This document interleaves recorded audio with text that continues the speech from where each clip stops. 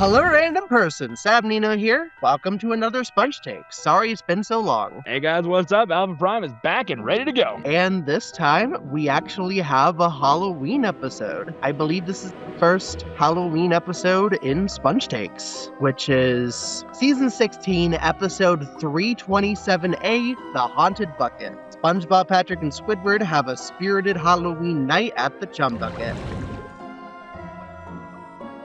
Boy, are they not wrong there. In terms of story, it's very simple compared to the other Halloween specials. It's still effective, it's still spooky, it feels like Halloween. I would definitely have to agree, and given the fact how you've got like Patrick and SpongeBob so excited, and basically instead of doing what kids do, going out and trick-or-treating, their whole idea was just like before, let's put it at before Squidward got onto him, was just watching scary movies and hanging out of the house. Let's put it at. Most adults do that nowadays anyway, so it's really kind of connecting with the adult audiences nowadays, if you ask me. That is actually very interesting because SpongeBob and Patrick are typically like pretty childish, so I think they would have gone trick-or-treating. There's no doubt in my mind they would have done that.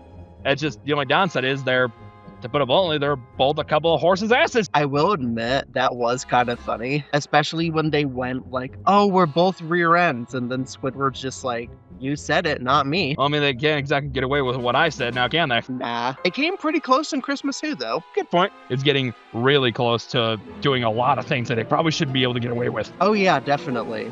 The standards and practices for SpongeBob have really loosened up. Like, I know in like a SpongeBob interview, someone said that like a lot of other shows on Nickelodeon have to walk on eggshells to get certain things across, while with SpongeBob, they can literally have Patrick decapitate somebody, and that's A-okay. Well, let's put it where it's at. It's not like Patrick hasn't been decapitated before. I mean... Thinking of Bikini Bottom. Oh, I forgot about that. Given back how, we both did a whole thing about that. Oh, yeah.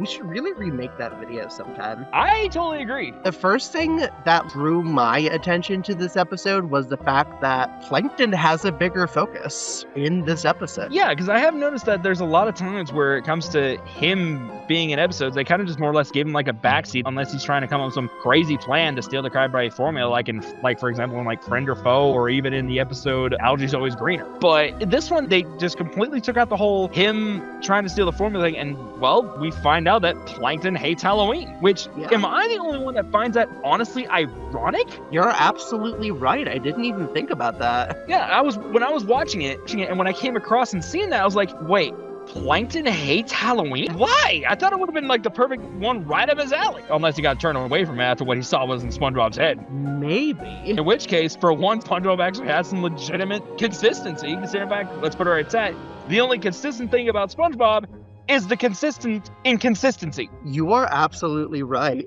So I will say, it is really cool that we get a focus on Plankton this time, because in the last two specials, the main focus was the Flying Dutchman, which, don't get me wrong, it's really fitting for Halloween, but it's nice to have variety every now and then, even though all three Halloween specials feature ghosts, which is interesting, but it makes sense. Out of all three of them, only two of the three actually have Flying Dutchman in them. This one doesn't have the Flying Dutchman anywhere mentioned. I find that kind of funny. That is certainly very fascinating, especially since, you'd think they'd have the Flying Dutchman solely because there's a new movie coming out where he's, the main focus. Don't forget the new video game that's coming out, too. Yeah, it's been Flying Dutchman Central. Honestly, I'm all here for it. I'm excited for the game, and because of the new movie, we have been getting so much Dutchman merch, like a Funko Pop, plushies, figurines. The Flying Dutchman has a Funko now? Yeah. I gotta snag that for my collection. And he has the dining sock, and he's glow in the dark. If he wasn't, I would be upset. But anyway, we'll get to search for SquarePants when we get there,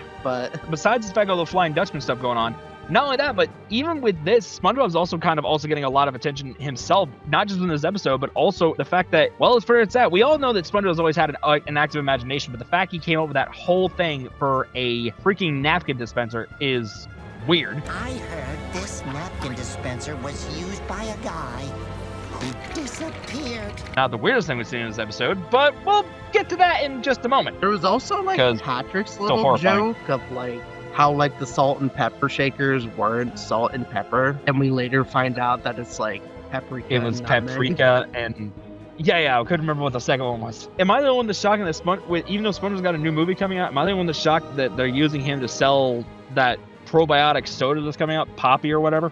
Oh, Olipop? That's it, not Poppy, my bad. I've tried it. It was okay. It wasn't bad. It was a cherry Coke flavor I tried. It's a little weird, but I do appreciate them, like, giving kids, like, healthier options, I suppose. Oh yeah, absolutely. Back to the story here. SpongeBob When it being gets there- possessed is honestly really Yes, I thought it was cool and creepy at the same time. And I'll give it this: instead of being like some freaky thing where the ghost had some unfinished business that they needed to take care of, they just wanted to go trick-or-treating. And you know what?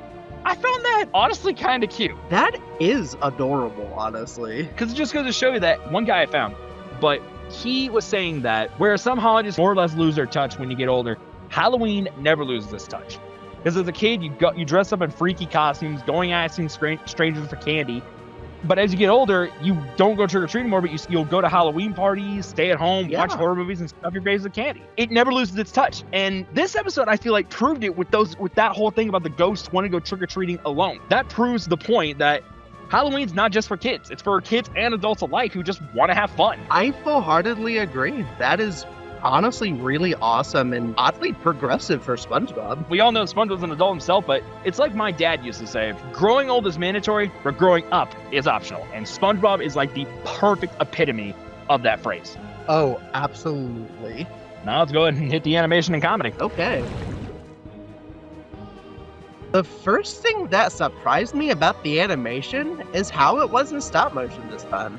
It was just a regular episode. When I started watching this episode, I was kind of expecting it to be like a stop motion, and quite frankly, it could have easily have worked as a stop motion, but given how my opinions back when we did the comparing Scaredy Pants and Bikini Bottom, when we did a comparison to that, I said, personally, I still like the traditional animation for SpongeBob rather than the stop motion for this one. And like I said in that video years ago, I still personally think that stop motion works better for Christmas and not so much Halloween, with some obvious exceptions being like movies like Coraline, Night Before Christmas, Frankenweenie, that kind of thing. Yeah. But for SpongeBob, it's only because it doesn't really fit the aesthetic, in my opinion, for a Halloween episode to do it in stop motion.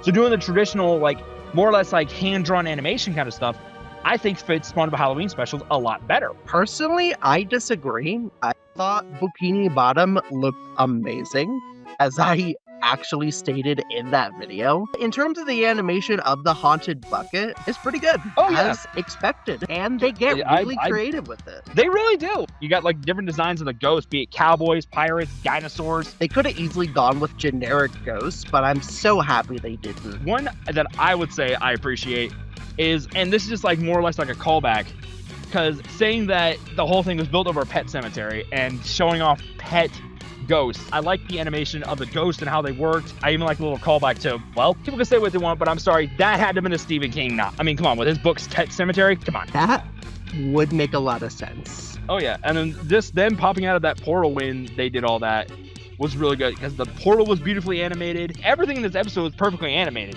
in my opinion. They really honestly knocked my socks off. I'm with you. I'm definitely with you. Then I will say something in terms of the animation that I liked is the fact that they made callbacks to the first SpongeBob Halloween special, being Scaredy Pants, and having Squidward in his Flying Dutchman costume. That does not surprise me at all, but that is a really cool nod. When you actually pay attention, when they're going trick-or-treating in the episode, if you look at it, you can actually see there's actually a callback to, ironically, another Flying Dutchman episode called Money Talks, where they actually show off some of the ghosts there, and they're in line for Crab the Soul, and it's like in the top left and the bottom middle, we see two of the ghosts, albeit in different colors, that are from that episode. And I saw that, I caught that immediately. I loved that episode. I thought Money Talks was a great episode. Me too. As a longtime SpongeBob fan, I loved it. That's one thing I really appreciate about the references in newer SpongeBob. It's not just the first 3 seasons, despite those being the best ones. It's everything. They reference everything new and old. Speaking of which, Oh yeah. I was not expecting a Kenny the Cat reference. See, I missed that when I was watching that. There was like this weird season 9A episode where like SpongeBob obsessed over this character named Kenny the Cat, who his gimmick was that he was a cat who breathed underwater who turned out to be a fraud, which makes me wonder if that guy ever realize that he was a fraud. Maybe he's living in denial. Oh, and we also have Lord Poltergeist as one of the ghosts. It was like a blink and you miss it thing. Lord Poltergeist? I don't think I saw him. There was an episode in season 8 called Fool Fools, which was about a ghost pirate that wasn't the Flying Dutchman called Lord Poltergeist. I always found Wait, was him he the one that was? weird. Was he the one that was the Flying Dutchman's former first mate? Yeah, that's him. Okay, I've heard of it, but I never actually saw the episode. But when I seen it, I was like, wait.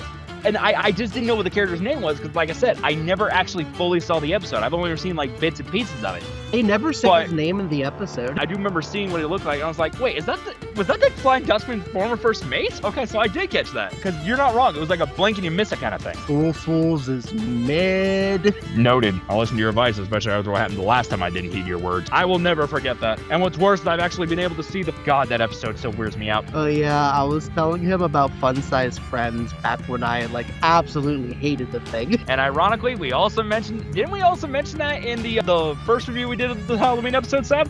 I don't remember. I need to rewatch it. I think I'll have to rewatch it too, because I swear we mentioned it. And let's put it at that. Given the fact that we're talking about Halloween episodes, it's kind of ironic, actually. One thing is, when it comes to the comedy, is that SpongeBob and Patrick press all the buttons, summon all the ghosts, and Squidward wants to press the button just to torture SpongeBob. That, it goes to show you even Squidward's not immune to the big red button curse. Tell me I'm wrong. You know, when it comes to scenes like that, I often have a scene in the back of my mind from Sponge on the Run where Squidward calls SpongeBob a friend. And then I think to moments like that, and I'm just like, okay, are they really friends if you want to kill the guy? As many times he's tried to get him killed, at this point I'm questioning it. And that's not just the show, that's those games, movies. Spit off. Amount of times he wants that poor man dead. Good God. Yeah, but hey, it's It's- funny, so I'll forgive. True, and well, we know that Squidward, as much as he can't stand it, we know he can't live without him at the Krusty Krab, for example. And there's also Squidville. Oh yeah, you're right. I forgot about the Squidville episode.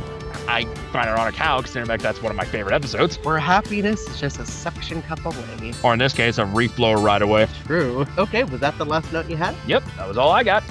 Moving on. Next up is an episode that I'm personally looking forward to talking about, is episode 327B, Go Fett. Harry's favorite ball falls into a mustard-filled premise. We're starting with the story, right? Yeah, Okay. very simple. It was basically an excuse to show off really cool animation. The story wasn't half bad, although be it was like let's put it as that, bare bones at best, but given the fact how this is like playing a fetch quest in a video game, there's really no story to be told at all. Honestly, some of SpongeBob's best stories don't really have much story, so I can definitely see why they did that. True. It's not like doing anything like a fetch quest in a video game is really beyond SpongeBob's wheelhouse anyway, Yeah, they've done side quests in a few SpongeBob video games. especially with like Cosmic Shake, and I'm excited to see what they're going to do for the next one. Oh yeah, I am so excited for Titan of the Tides. We'll talk about that game later at some point, once we Definitely. both have it in our hands and both play it. It's a month away. I know, I'm excited for it. But yeah, this Anyway. episode was very simple when it comes to story, but Trying to catch a freaking ball. but it was also shockingly sweet. It really was, especially the whole thing. And after all trying to get that piece of rubber, and Gary willingly gives it to that bulldog anglerfish looking thing, which when he was looking at the ball all happy, I thought that was adorable, by the way.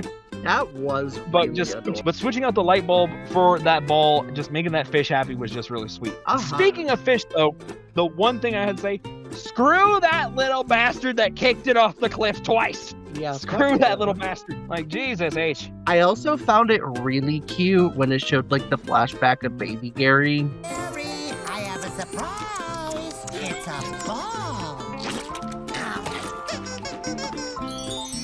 It almost gives a good motivation as to why they care so much about this ball. Very true. But having the whole lesson being about, it's not about the object itself, it's about the memories you make with it. It was really cute. A sweet message, straight to the point, albeit with some very, very trippy imagery, but we'll talk about that in the next segment. Yeah, animation and comedy.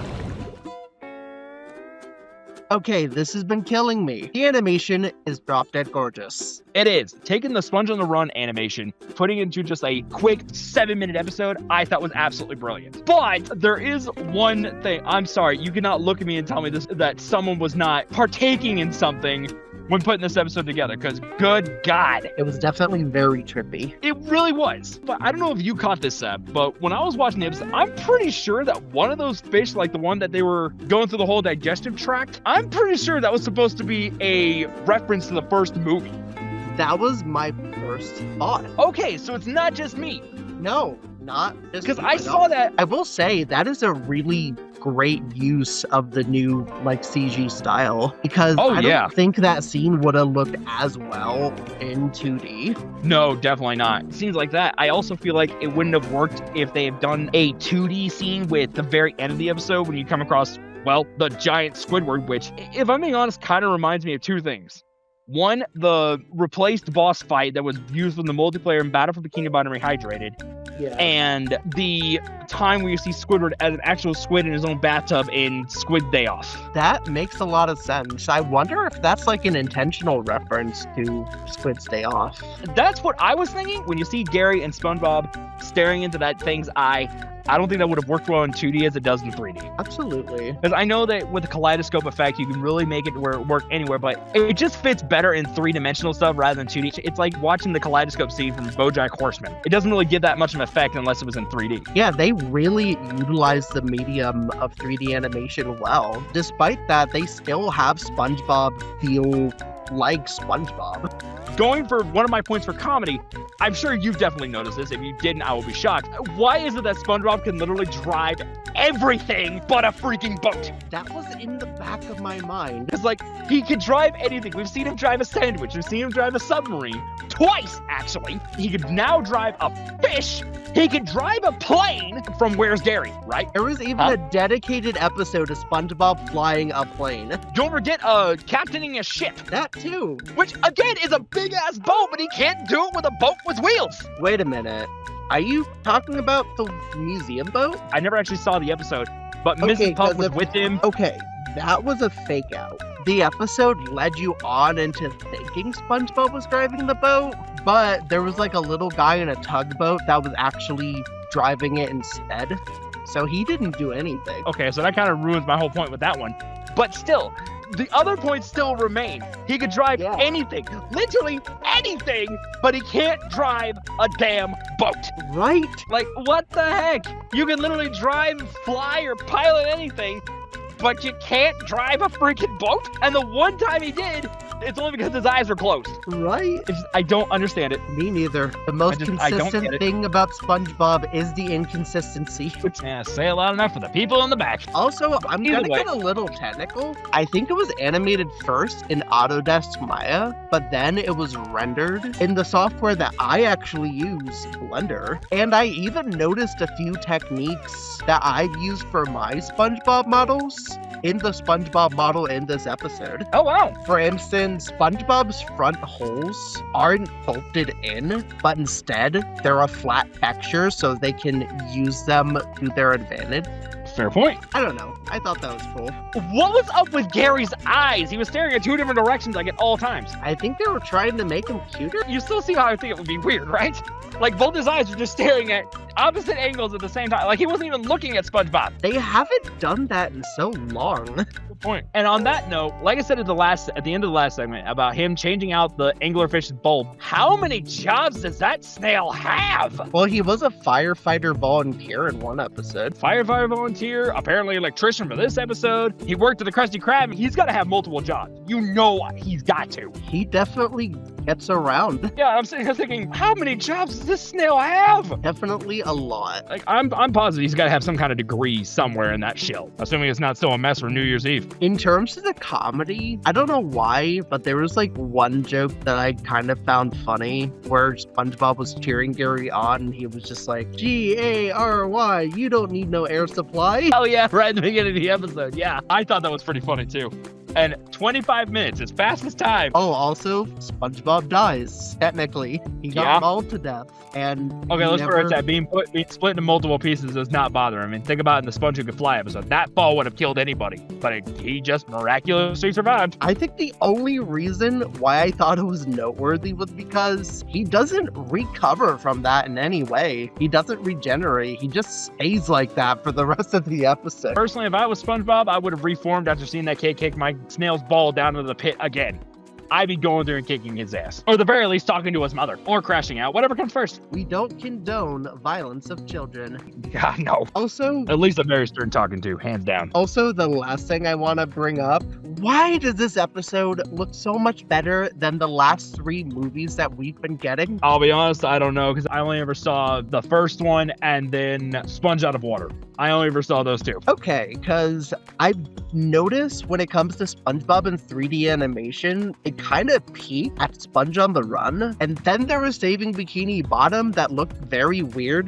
Then we have Plankton the movie, which looked slightly better. I still need to watch that one too. It's pretty good. I liked it a lot. And according to the trailers of Search for SquarePants, it looks like the 3D segments of Sponge Out of Water almost. Oh boy. You know, it still looks good, but compared to Sponge on the Run, it's definitely a downgrade. Oh yeah. But to be fair, from what I understand, from most fans, people really weren't too keen on Sponge Out of the Water either. So is that really that big of an issue? Yeah, a lot of people seem to be mixed on that movie. I'm in the camp that actually quite liked it. I'll be honest, I'm with you. I don't think it was the worst thing I've ever seen. I have seen so much worse than what Sponge Out of Water gave us. I mean, for crying out loud, I've literally sat and watched some of the worst movies that I have personally ever seen, for God's sake. But Sponge Out of Water doesn't even crack my top 10 in that. It's honestly number 2 on my SpongeBob movie list. That's how high it is out of all Damn. 5 of them. Damn. I really liked it. But anyway, any final thoughts? Not that I can think of. Not off the top of my head, anyway. We can wrap it up then. What do you think of these 2 episodes? Did you like them? Do you hate them? Are you mixed on them? Comment below and tune in next time where we talk about Pat Takes Horror on Tape. And with all that said, it's all Sab from here. Sayonara, everybody.